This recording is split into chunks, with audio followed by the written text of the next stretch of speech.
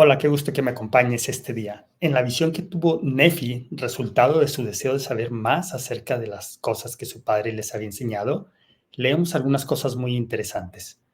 En el capítulo 13 del primer libro de Nefi, a partir del versículo 4, leemos: Y aconteció que vi entre las naciones de los gentiles la formación de una grande iglesia. Y el ángel me dijo: He aquí la formación de una iglesia que es la más abominable de todas las demás iglesias, que mata a los santos de Dios. Sí, y los atormenta y los oprime, y los unce con un yugo de hierro y los reduce al cautiverio. Y aconteció que vi esta grande y abominable iglesia, y vi que el diablo fue su fundador. Cuando escuchamos de esta grande y abominable iglesia, tal vez nos imaginamos cosas o nos hemos imaginado cosas en el pasado e incluso hasta le ponemos un nombre a esta iglesia.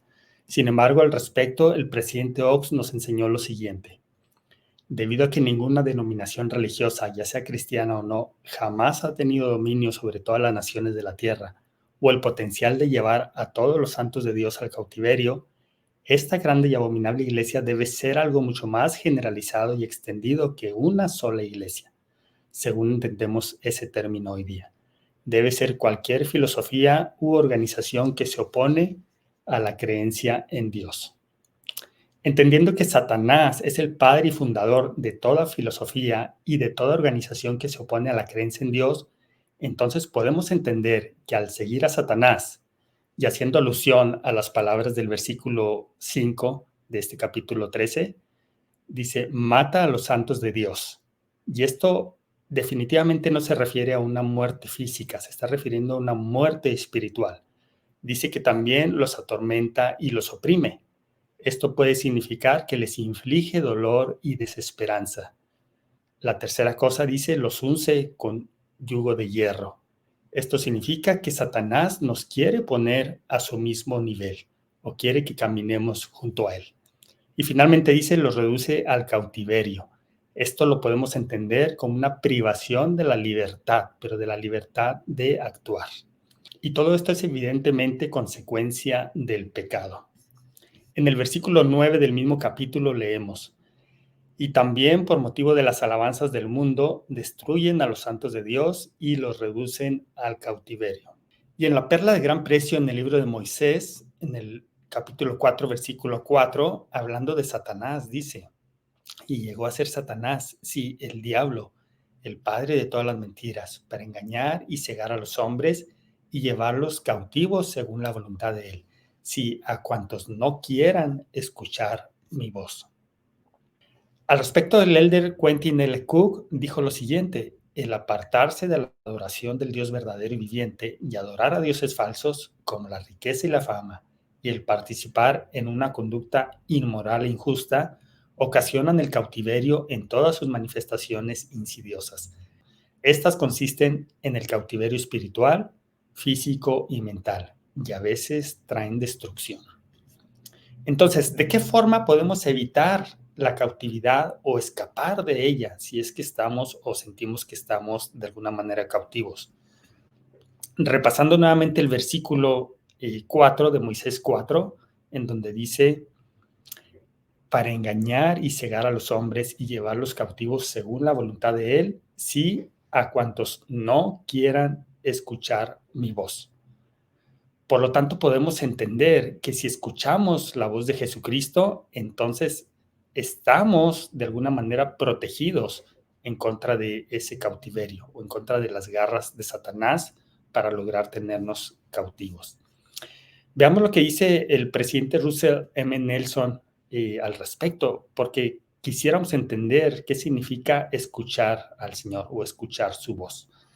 Escuchar con la intención de obedecer significa escuchar lo que el Salvador dice y entonces dar oído a su consejo. En esa palabra escúchalo, Dios nos da el patrón o modelo para tener éxito, felicidad y gozo en esta vida.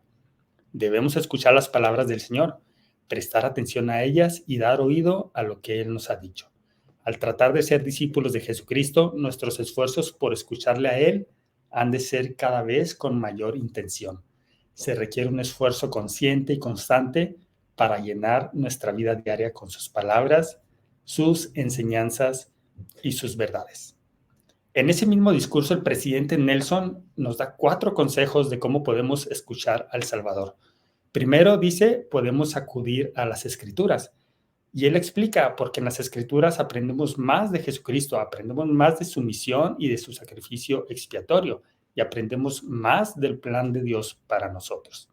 Segundo, dice, podemos escucharlo en el templo.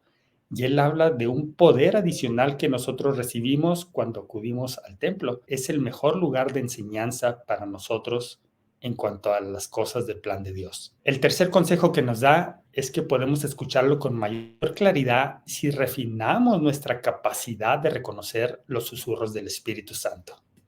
Y al respecto, dice lo siguiente: nunca ha sido más necesario que en este momento saber cómo el Espíritu Santo les habla.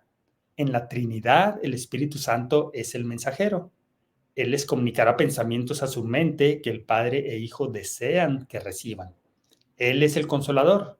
Él transmitirá un sentimiento de paz a su corazón. Al leer y escuchar las palabras del Señor, Él testifica de la verdad y les confirmará lo que es verdadero.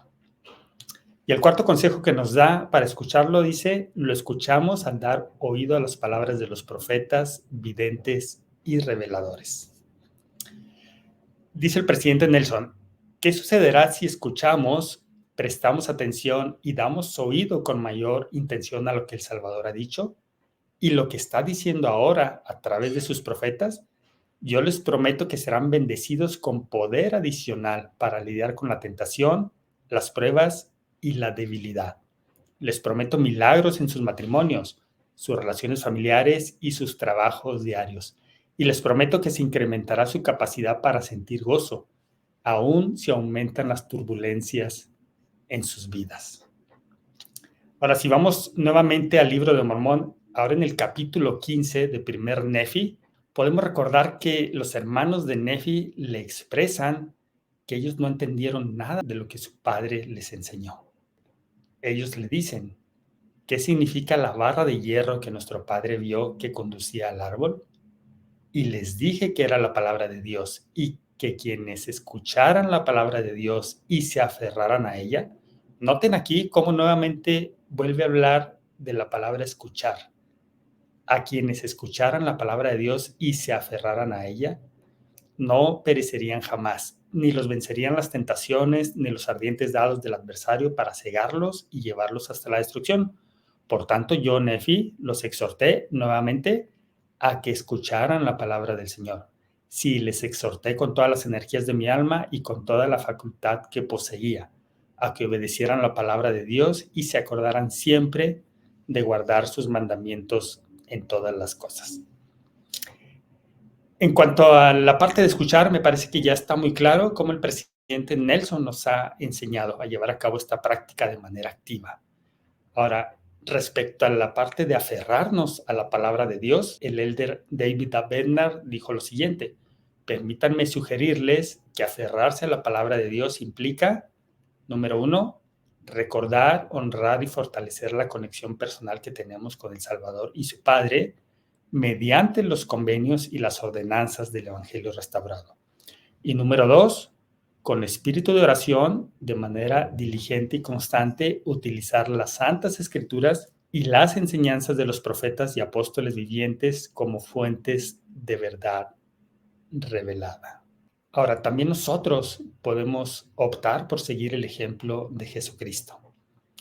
El elder Jorge F. Ceballos explica acerca de que Jesucristo también pasó por tentaciones, así como cada uno de nosotros pasa por tentaciones en esta tierra.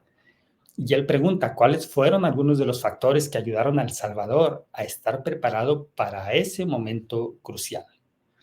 Y él se refiere a la experiencia que tuvo Jesucristo cuando estuvo solo frente a Satanás y que éste lo intentó tentar de varias maneras. Y dice el elder Ceballos, primero, él había ayunado durante 40 días y 40 noches. Ayuno que debe haber estado acompañado de una oración constante. Así que, aunque él estaba físicamente débil, su espíritu era muy fuerte. Aunque afortunadamente no se nos pide ayunar por tanto tiempo, sino solo por 24 horas y una vez al mes, el ayuno nos brinda fortaleza espiritual y nos prepara para ser resistentes a las pruebas de esta vida.